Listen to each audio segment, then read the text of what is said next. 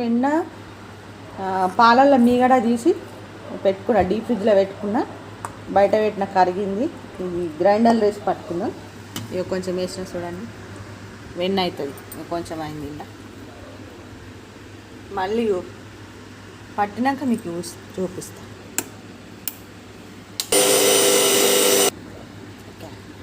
చూడండి వెన్న ఎలా పైకి వచ్చిందో.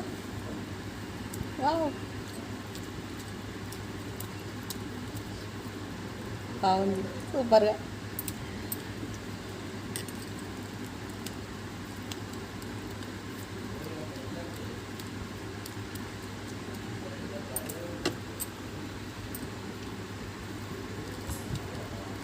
మా ఇంట్లో మేము లీటర్ పాలు తీసుకుంటామండి. రోజు మిగడ తీసి 15 రోజులకు ఒకసారి నెయ్యి తీస్తాను.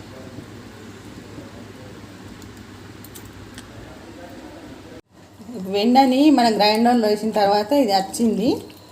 దీన్ని వాటర్లు వేసి 2 సార్లు కడుక్కోవాలి. ఇలా విసుకాలి మంచిగా.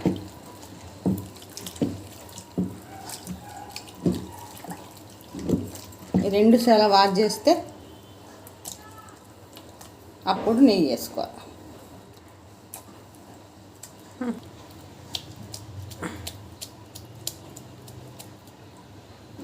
వెన్న ముద్దలు.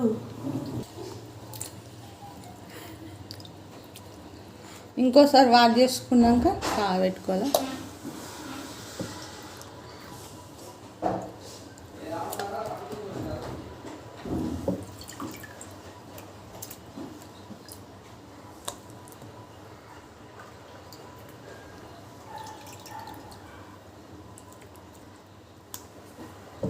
వచ్చింది, దీన్ని కరిగించుకుందాం.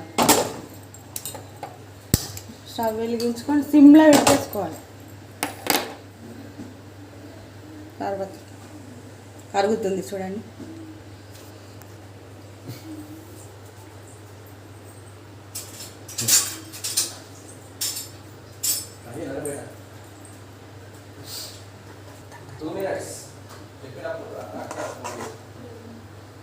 చూడండి కరుగుతుంది.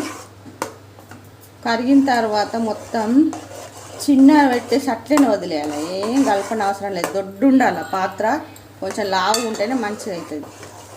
మాడది నెయ్యి తెల్ల మంచిగా పూసలు కాస్తుంది. సన్నంది మనము పెట్టుకుంటాం కదా బాండి, అది మొత్తము మాడిపోతే రెడ్ కలర్ అవుతుంది. అంత మాడి వస్తుంది ఎల్లు వేసుకుని. ఇది మంచిగా తెల్ల వస్తుంది. ఇట్లనే చిన్న మంట మీద పెట్టుకుంటే, సిమ్లో పెట్టేసుకొని ఉంచాలి. కరిగింది మొత్తం కరిగితే అదేం అసలుతుంది.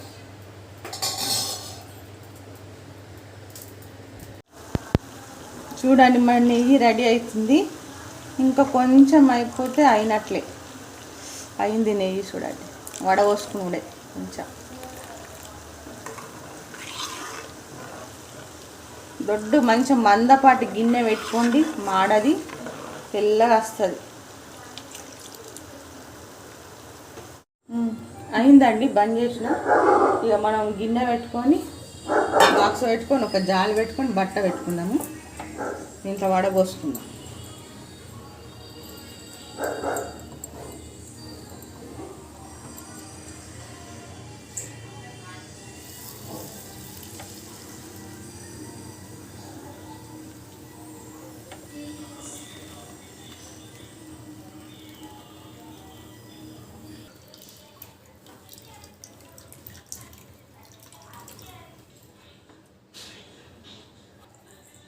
చూడండి కేజీ నెయ్యి వచ్చిందండి మనకు. గమగమ వాసన వస్తుంది, మంచి వాసన వస్తుంది. మన ఇంట్లో రెడీ చేసుకున్నాం ప్యూర్ గీ.